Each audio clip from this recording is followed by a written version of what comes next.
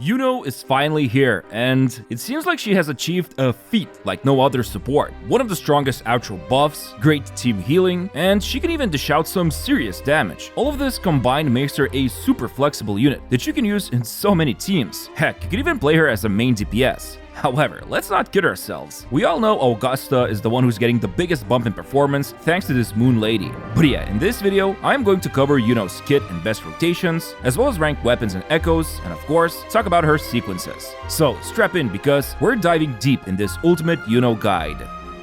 Quick reminder, footage shown here is from a test server, so final content is subject to change. Alright, so as mouthful as the kit is when reading through it, her playstyle is actually quite simple. She has 3 states: regular, half moon, and new moon. I'm not even gonna bother with regular state because it doesn't allow her to charge up her forte, and besides maybe gaining a little bit of concerto, what we really want to talk about is how to start her lunar cycle, which is made up of half moon and new moon. And to start the lunar cycle, she first needs to enter half moon, which can be done by either her second skill tap or by casting liberation. To use her second skill tap, she either needs to cast basic 3 attack, use regular tap skill, or cast intro. That's basically it. Now, while in half moon, all it really does is help her generate forte called sentience. But the funny thing is, yes, she can gain some of the forte by using basic attacks. However, most of the forte will be built up by following few rotations I'll showcase in a moment. And in reality, what you really want to do is just immediately enter into new moon state by pressing spacebar or jump on your mobile device. This is where she does this cool dive into the ground and emerges now wielding a moonbow. By performing these moonbow attacks, she will consume her forte and gain significant amount of concerto, plus provide some pretty good team-wide healing. On top of that, she can also cast her enhanced skill called Arc Beyond Edge up to 2 times, which will also restore HP to everyone and grant a lot of concerto. Finally, once she has full concerto bar, hold down attack and she will perform a heavy attack called Absolute Fullness, which will deal some damage and the lunar cycle and create this full moon domain, which will provide constant healing and stamina regeneration. Plus, whenever anyone gains a shield inside of it, they will receive a stacking buff called Blessing of the Wand Light, which can stack up to 10 times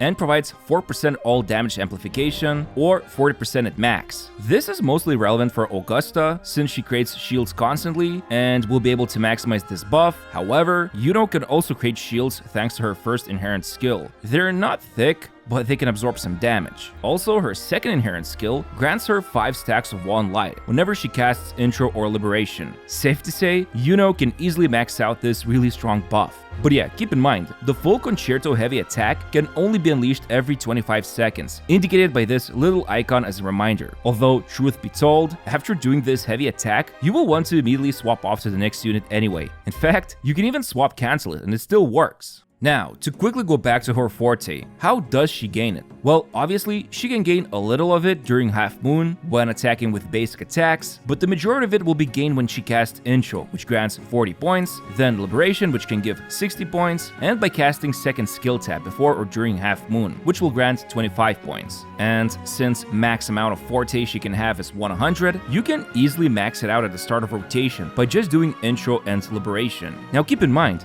in New Moon, both her Moonbow basic attacks and those 2 enhanced skill taps will consume the forte to enhance their damage and provide healing. Usually, if you have 100 forte built up, it's enough to fully unleash a full 3-hit combo, since that will cost 50 forte with the bow and 2 skill taps, each costing 25 forte. But keep in mind, it doesn't matter how much leftover forte there is. Any little bit can still be consumed. Like, let's say Liberation grants 60 points, and then you do basic 3 combo, and with leftover 10 points, the next skill tap still consumes all of it, despite needing 25 points, and deals enhanced damage and provides healing. Speaking of which, her Liberation has a big fat multiplier and deals grandiose damage to enemies, while at the same time helps her enter into lunar cycle. If she's in regular state, she just goes into half moon state, but if she casts during half moon, then she will simply refresh the stage duration. Finally, let's go through all the ways she can go into new moon as fast as possible. Shown here are the 5 possible methods of doing it. The most important thing to note is that her new moon state matters the most because this is how she deals the best damage, gains the most concerto, and provides healing.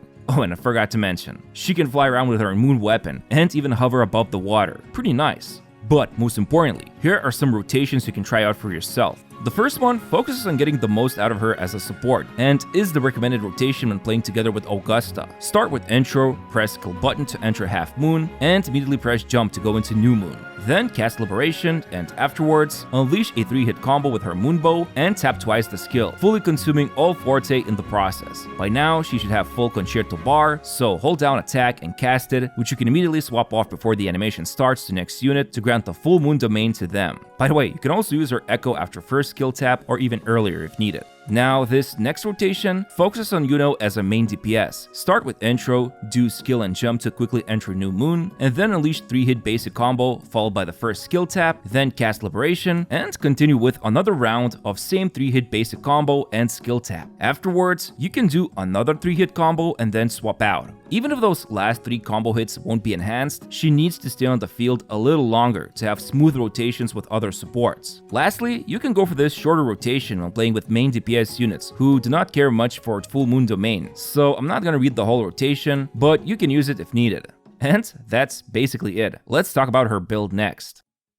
Okay, so first important thing to note, most of Iuno's damage is treated as Liberation damage, like when she's using her bow attacks, so keep that in mind when I evaluate weapons or echoes. And then as for abilities leveling priority, focus first on Forte, then Liberation. Afterwards, you can raise the skill levels, and lastly, you can go for intro and normals. Now, how about those weapons? Obviously, her signature is best in slot, Moongazer's Sigil. Sorry, I meant to say Moongazer. Anyway, it provides a whopping 36% critical rate substat, so a no-brainer choice to go for critical damage main stat on the 4-cost Echo. Then the passive gives the usual 12% attack increase, and casting Intro or Liberation gives 20% Liberation damage for 15 seconds. Plus, when a shield is gained, 7.2% of enemies' defense is ignored up to 5 times, so a big 36% total, and you can immediately max out these stacks after Intro.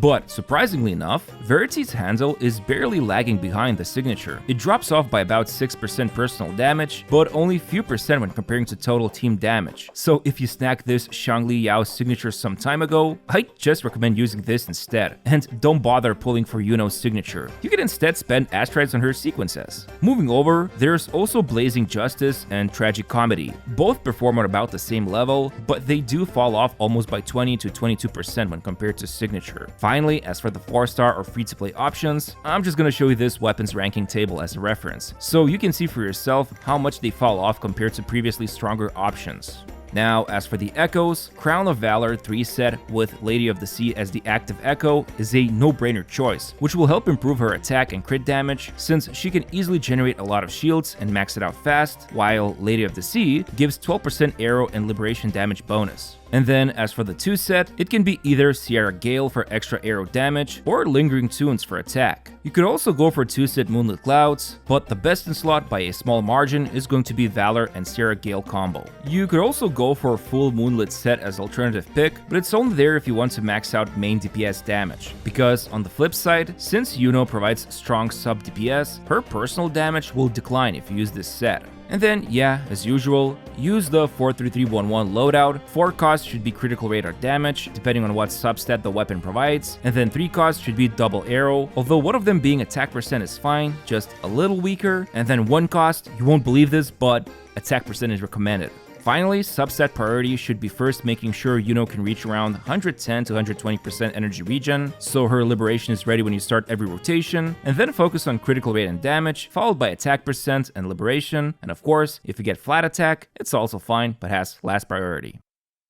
So Iuno is quite the team player because even though her outro provides 50% heavy attack damage amplification, which will be loved by quite a few, she's still flexible enough that you can use her in many teams. Still, let's go through heavy attackers first. And obviously, we gotta talk about Augusta. So this is the team rotation shown here that you can use when playing Augusta, Iuno, and Shorekeeper. It's optimized for best performance, but keep in mind, you can also replace Shorekeeper with Verena. Still, this specific team comp dishes out some insane damage, and is a contender right now for being one of the best teams in the game. However, Gian is also someone who will love Iuno. Step aside Mortefi, a new, dare I say, better looking unit has replaced you. That 50% heavy attack damage amplification paired with Iuno's personal damage provides some serious power for this team. Just make sure to use either Verena, Shorekeeper, or Arrow Rover as the third teammate. Now, surprisingly enough, Zani will also enjoy Iuno's company because of that outro buff, plus the stamina regeneration actually matters for the employee of the month. And if you're running this team with Phoebe, which will be the best variation, you can give Iuno Rejuvenating Set for some extra attack boosting for the other two girls. Finally, you can easily go for main DPS Iuno by building a team together with Chakona, and then either Shorekeeper or Air Rover, or get this, you can also use Genshin since her outro provides liberation damage amplification. Safe to say, Iuno can do it all, and all of these teams are great meta options to clear hardest content in the game.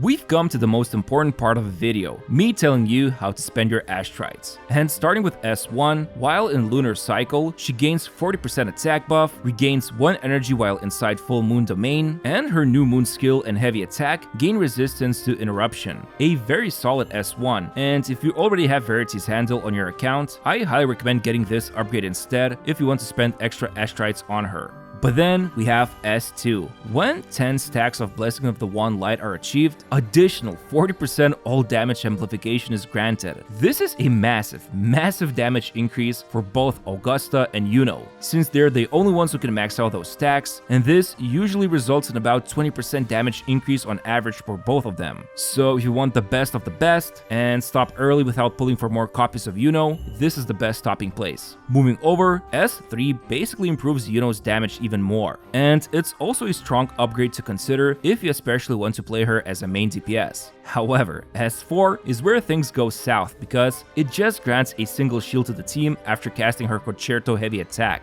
I mean, hey, they can't all be the winners. Then S5 is pretty simple, just gives her 20% liberation damage bonus, improving her damage by a decent amount, and finally, S6 gives a massive power boost to the Concerto heavy attack, and allows her to re-enter Lunar Cycle with max Forte, so she can spam her entire kit again as a main DPS. But yeah, that's pretty much all you need to know about Iuno. She's a fantastic, well-rounded character who can upgrade Augusta, Gian, and Zani teams, plus she works really well as a main DPS. What can I say? This feat was hard to achieve, but she did it. Anyway, we're so close to 400,000 subscribers, so please help me achieve this by just pressing the subscribe button, and don't forget to smash that like button so you can gain a 0.00.5% luck buff when pulling for this Moon Lady. Thanks for watching, and I'll see you in the next video.